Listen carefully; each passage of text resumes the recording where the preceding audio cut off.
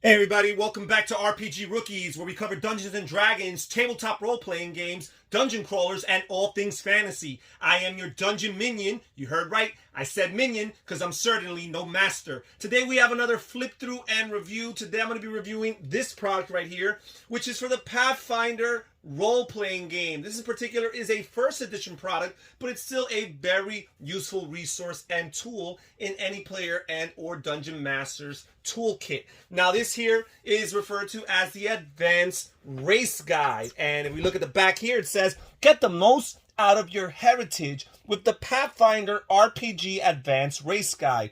Embrace your inner monster by playing one of 30 iconic races from mythology and gaming history, or build an entirely new race of your own. All right, so we're going to open this here, see what's inside. First of all, we've got a table of contents and an introduction here. It says, in fantasy role-playing games, race is fundamental. It both provides a starting point for character creation and sets the tone for a character as it progresses. This is true whether you play to or against the stereotypes. A savage and a bloodthirsty half-orc who lives only for battle is fun to play, but so is a stern and conflicted half-orc paladin constantly struggling to keep her bloodlust in check. All right, so here's a section that tells you how to navigate through this book. Then we start here with core races, and there's a little bit of lore here. It says Valeros roared in frustration as his sword opened another orc throat. I thought that stupid groundhog said the settlers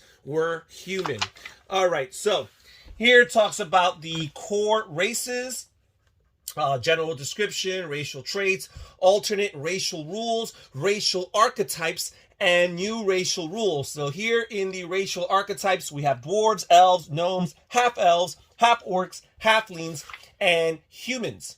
All right, so first we have a section here for the dwarves. It says the dwarves are a stoic but stern race, ensconced in cities, carved from the hearts of mountains, and fiercely determined to repel the depredations of savage races like orcs and goblins. More than any other race, dwarves have acquired a reputation as dour and humorless artisans of the earth. All right, so here it has that. It gives a little bit on their physical description, their society, their relations, their alignment and religion, and their adventurers. Then here are some alternate racial rules, some alternate racial traits for the dwarves, such as Giant Hunter, Lord Keeper, Stone Singer, Stubborn. Here are some favored class options, like Alchemist, Barbarian, Bard, Cavalier, and Cleric. Here are some racial archetypes, such as Exarch or Inquisitor, Foe Hammer, Forge Master, Stone Lord or Paladin. Here's some new racial rules, their dwarven equipment, their dwarven feats. Here's a table for dwarven weapons. Here's a list of different feats of theirs, some dwarven magic items. And then we move on to the elves. It says the elves, the long-lived elves, are children of the natural world, similar in many superficial ways to fey creatures, though with key differences. While fey are truly linked to the flora and fauna of their homes, existing as the nearly immortal voices and guardians of the wilderness, elves are instead mortals who are in tune with the natural world around them. So here we see a section for elf racial traits, their physical description, society, relations, alignment and religion, and adventurers. Here we have some alternate racial rules, some alternate racial traits, racial subtypes. Here's some of their favorite classes.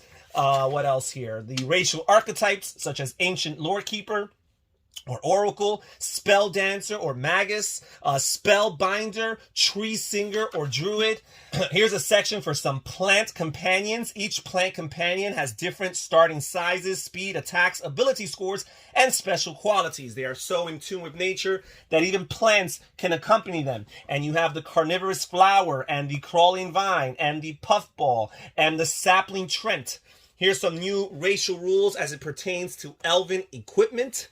Some elven special materials, some elven feats, a list of elven magic items here.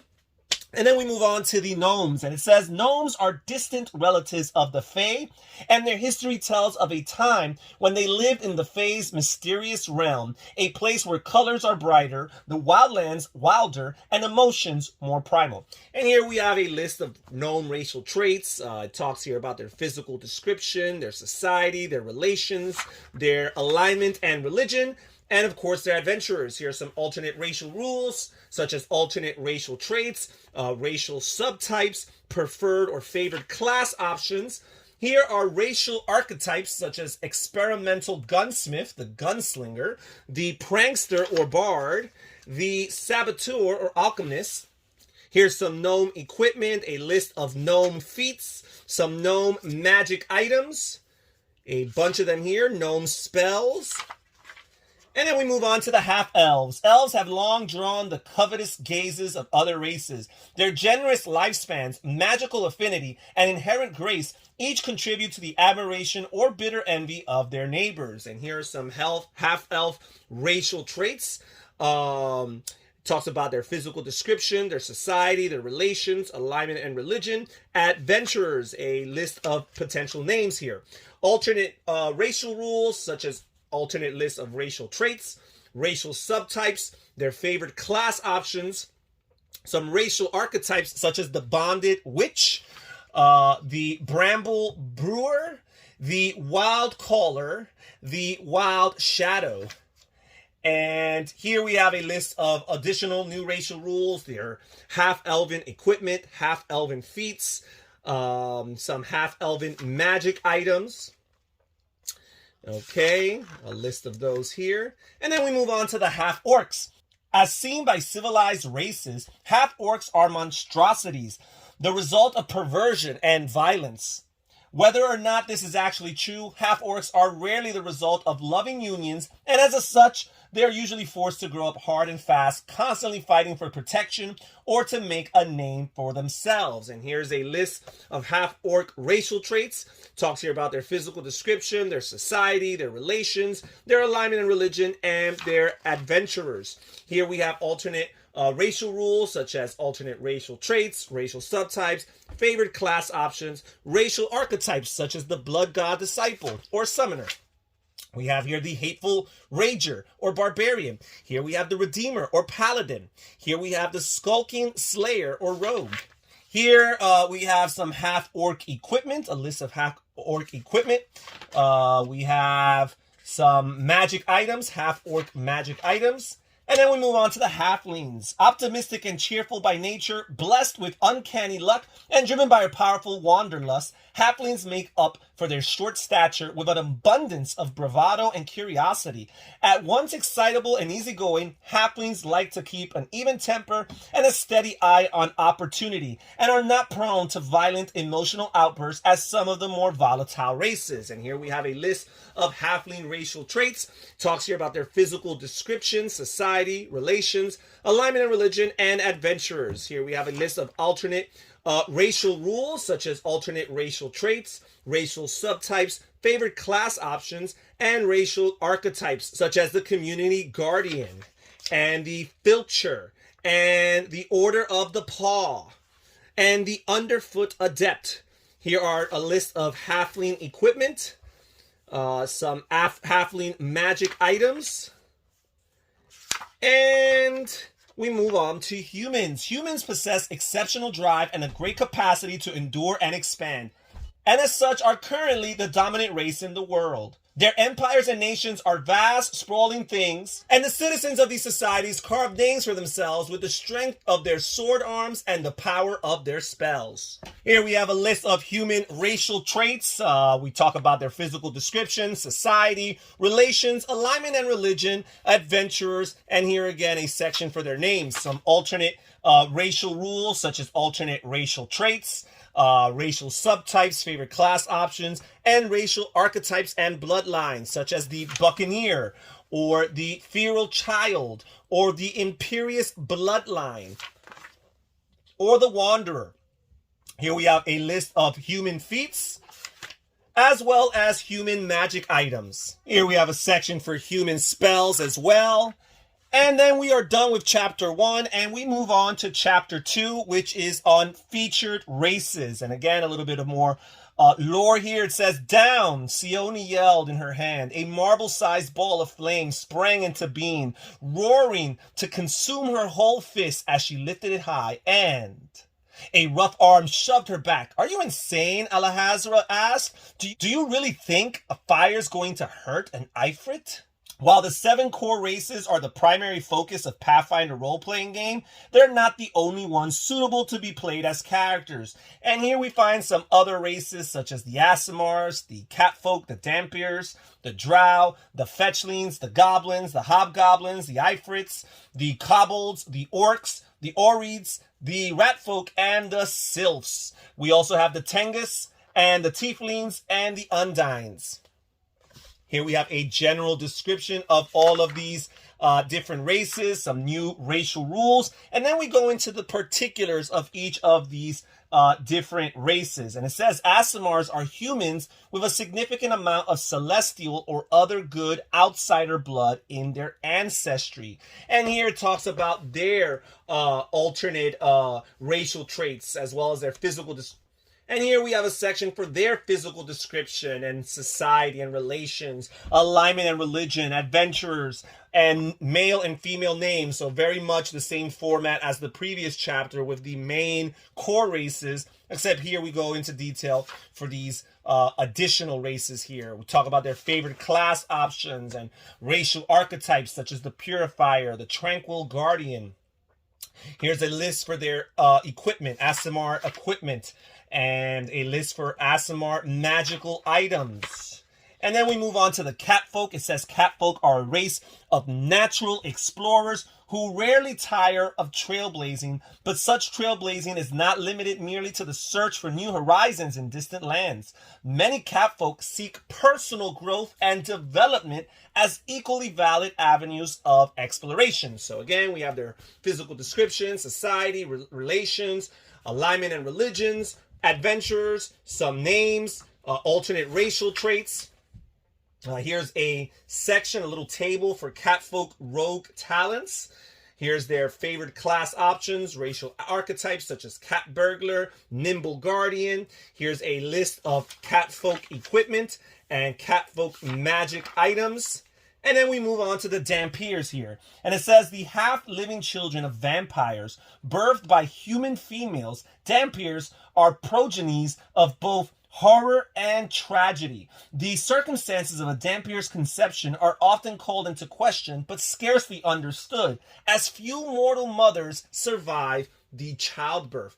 And here again, we have their physical description, relations, society, alignment and religion, adventurers, some names, alternate racial traits, a few additional racial archetypes such as the Kuroromancer and the Kinslayer. We have some new racial rules here, including the Dhampir equipment and Dhampir magic items. Then we move on to the Drow here, and it says cruel and cunning. Drow are a dark reflection of the elven race. Also called dark elves, they dwell deep underground in elaborate cities shaped from the rock of Cyclopean caverns. Drow seldom make themselves known to surface folk, preferring to remain legends while advancing their sinister agendas through proxies and agents. Again, we have their physical description, society, relations, alignment and religion, adventurers, and some suggestions for names. Alternate racial traits here. A list here of favorite class options, racial archetypes such as the Cavern Sniper and the Demonic Apostle. Here we have some Drow equipment and some Drow magic items. Here's a list of Drow spells as well. Then we move on to the Fetchlings here. It says they descended from humans trapped on the shadow plane. Fetchlings are creatures of darkness and light intertwined. Generations of contact with that strange plane and its denizens have made Fetchlings a race apart from humanity. And again, we have their physical description, society, relations, alignment and religion, adventures, and some recommended names. Alternate racial traits, a table for that, some favorite class options, as well as their racial archetypes such as Duskstalker and Shadowcaller. And here we have a table here for Shadow Creature. Creatures with the Shadow Creatures template dwell on the shadow plane, only rarely venturing onto other brighter planes, and can be summoned by shadow callers.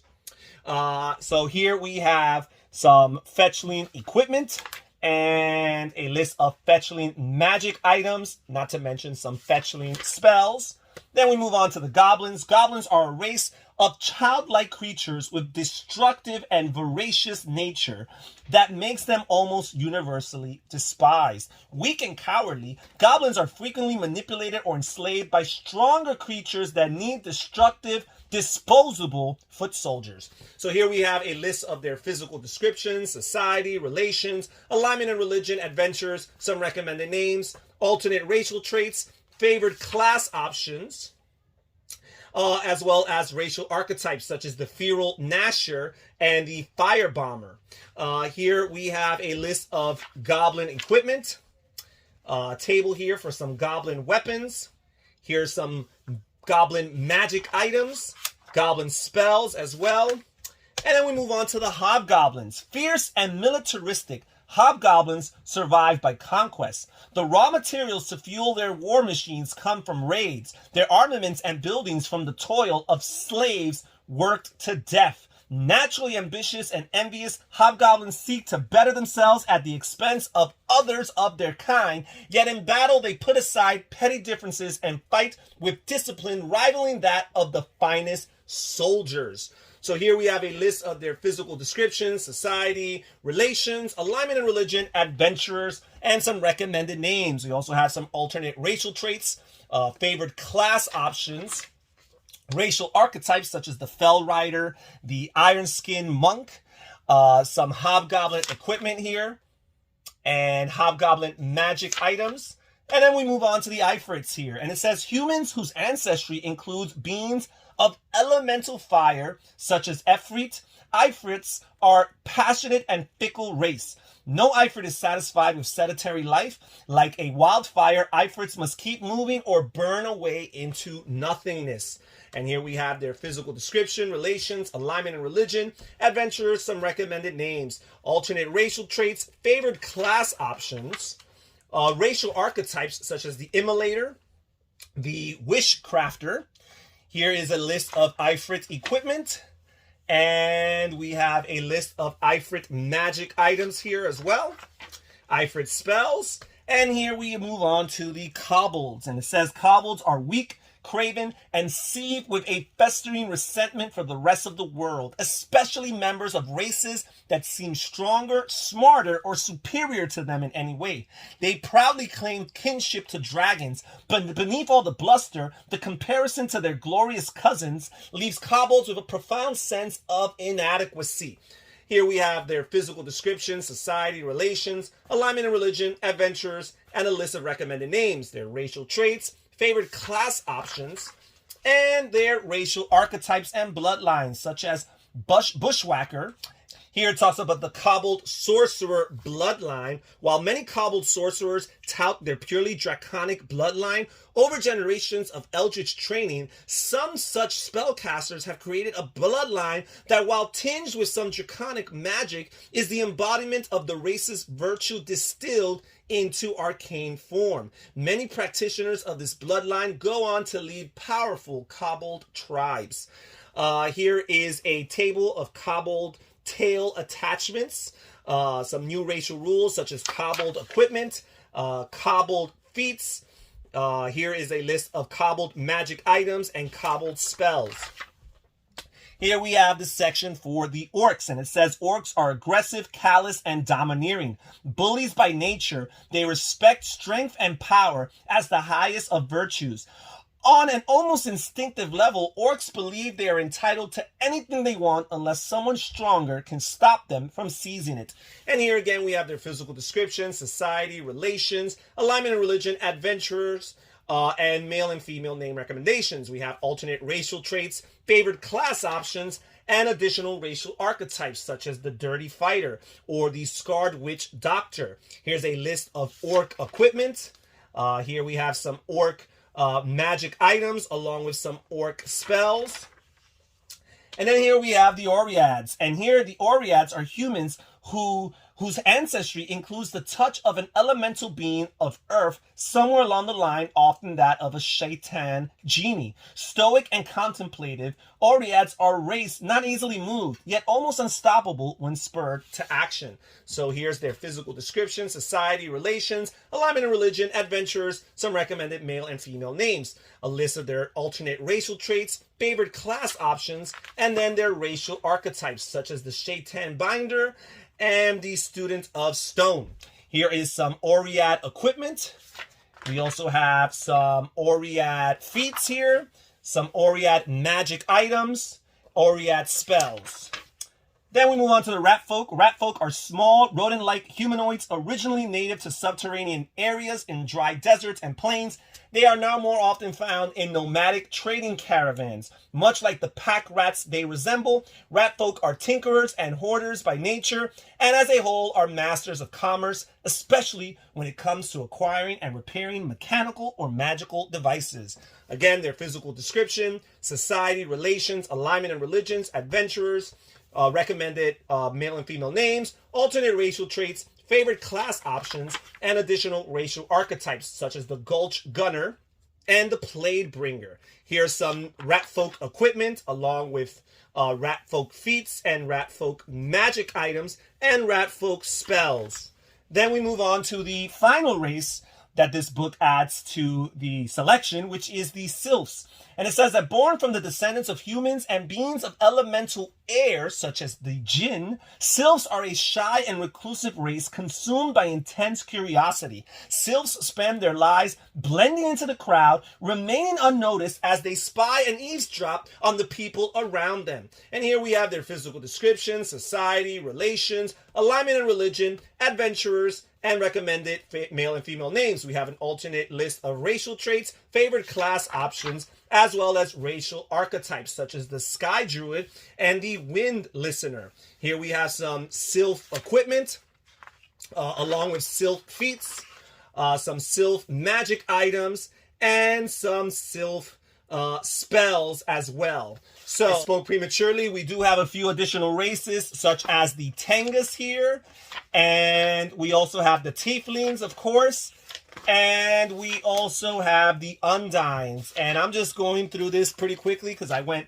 thoroughly into all of the other ones, and I feel like the video is going a little bit long, and we still haven't even made it to the end. We have chapter 3 here, which is on the uncommon races. It says, Birdman, Harsk laughed and drew his dagger with his free hand. So that's what the witch meant. Fair enough. I could use a drumstick or 3. So here we have a list of uncommon races. Some races are so common that their very existence may be the subject of debate. And in this section here, we have changelings, we have Duergar, Gillmen, Gripless, Kitsune, Merfolk, Nagaji, Samsarans, Strix, Sullus. We have the Svirfneblin, the Vanaras, the Vishkanyas, and the Wayangs. And if you go through this chapter, it gives you all the same information about these more uncommon races, telling you about their racial options, their spells and feats and archetypes. The Duergar here, we have the Gillmen here, the Gripless, the Kitsune, the Merfolk, the Nagaji, the Samsarans, the Strix, the Sullus, the Svirfneblin, the Vanaras, the Vishkanyas, and the Wayangs. And then we move on to race chapter 4, which is the Race Builder, which basically gives you some advice or protocol to follow in the creation of your own particular race. And that's one thing I've always admired and appreciated about the Pathfinder system and the Pathfinder resources and books, is that they've always encouraged house ruling, and all role-playing games do, but there's a very intentional approach to encouraging their customers and their players to create their own material from scratch. And that's pretty much it as far as this book here, Pathfinder, the Advanced Race Guide. Please comment down below and tell me what you think. That's it for today's video and RPG Rookies. We'll catch you guys next time. Take care. Bye-bye.